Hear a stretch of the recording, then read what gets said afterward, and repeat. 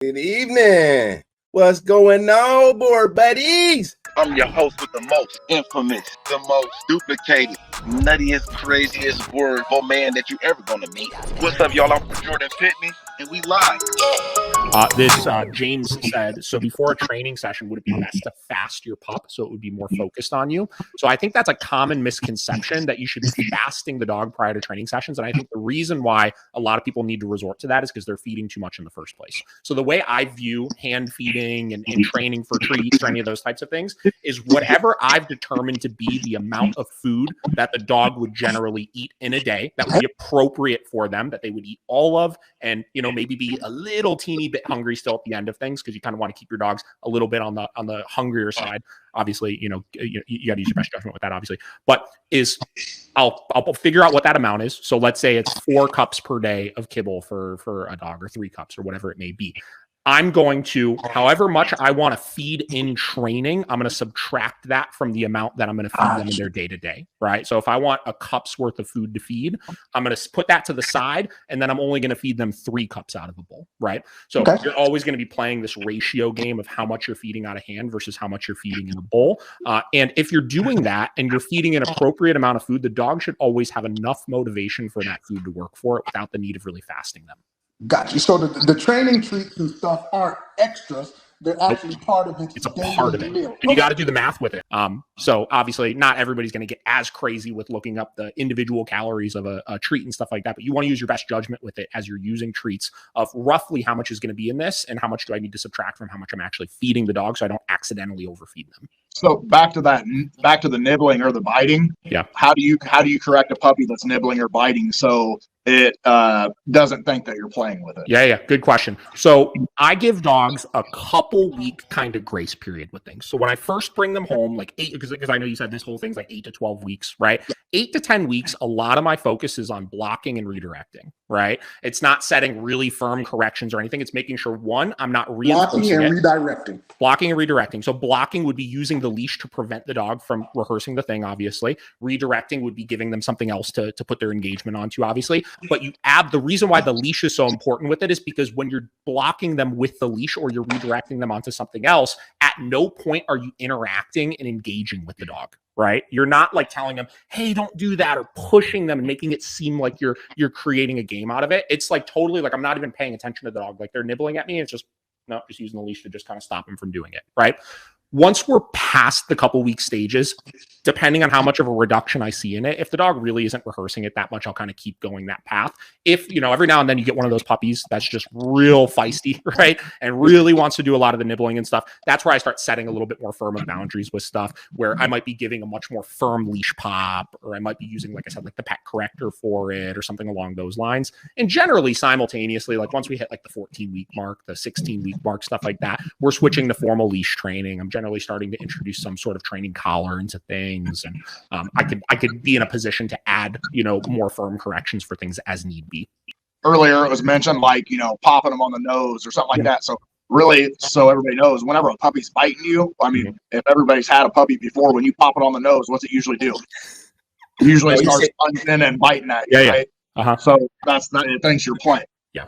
I think the important thing to realize when you get into corrections is, in order for a correction to be a correction, it has to be motivating enough to the dog to want to avoid it moving forward. And frankly, most of the things we do to try to stop dogs from doing stuff like physically with our hands and stuff are not very motivating to them. You know what I mean?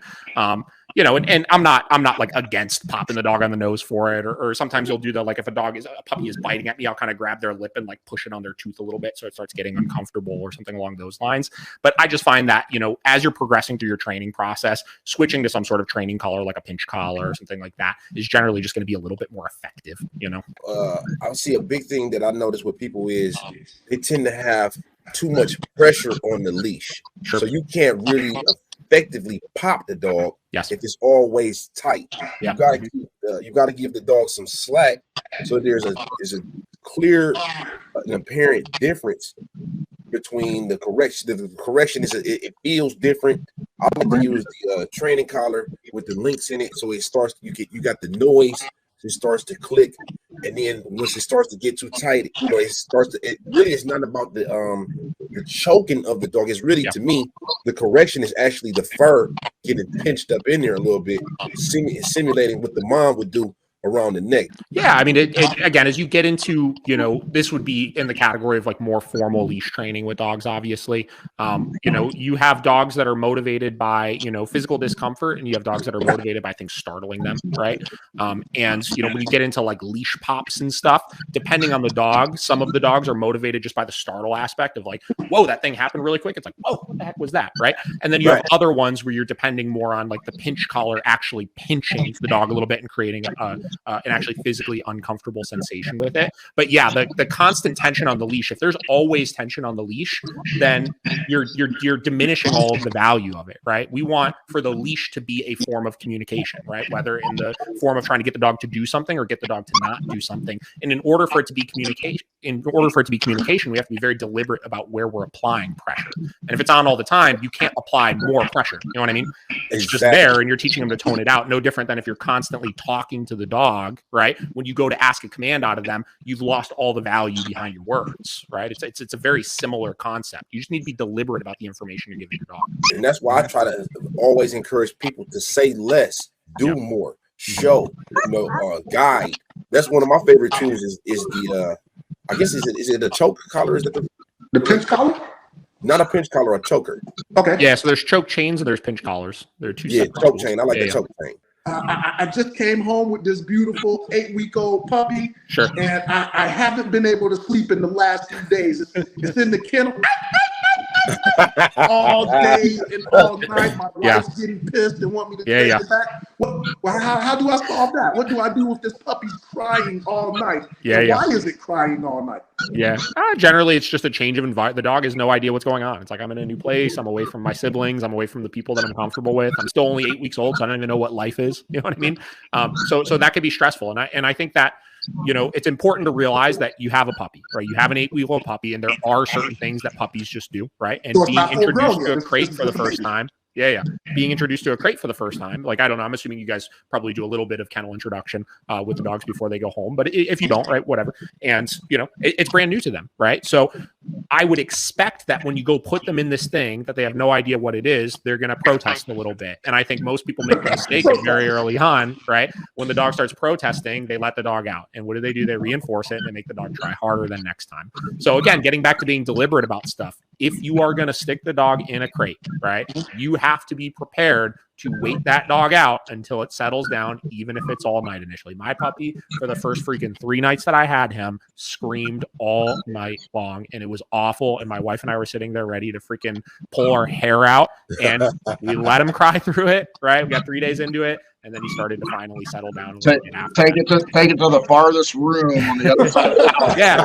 or it's got to learn to be alone. It has to learn to be alone. Now, if it's really, really bad, let's say you've never let the dog out before when it's whining, and it's like you're 3 days into the dog is still doing it. Sometimes making it a little easier on the dog initially and moving the crate to like in your room or something can help them settle down and get used to it. And then you could kind of reverse engineer it. And then once the dog is good in the room, move to the room next to you and kind of progress it that way. That can be beneficial sometimes. But yeah, in most cases, it's just a matter of let them whine it out,